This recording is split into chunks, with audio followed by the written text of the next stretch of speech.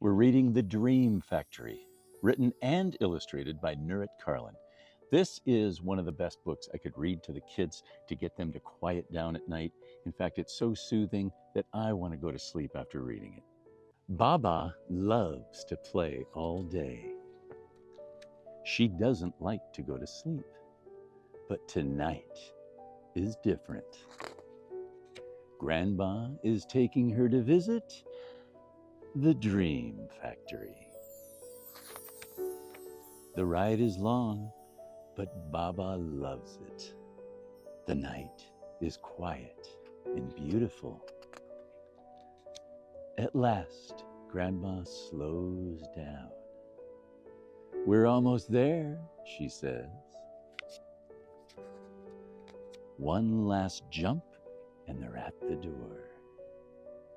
Baba rings the bell. "Come in," says the sheep.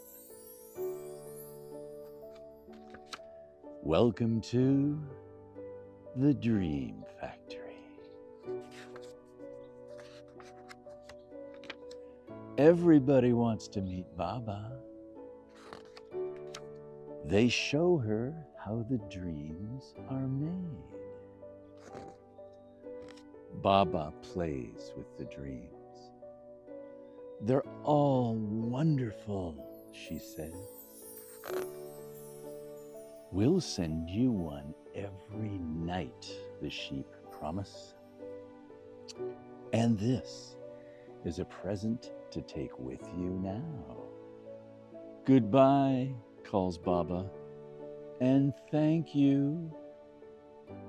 Grandma takes the short way home. "We're almost there," she says, but Baba doesn't hear. Grandma smiles. Now Baba loves to play all day. She also likes to close her eyes and go to sleep and have another dream.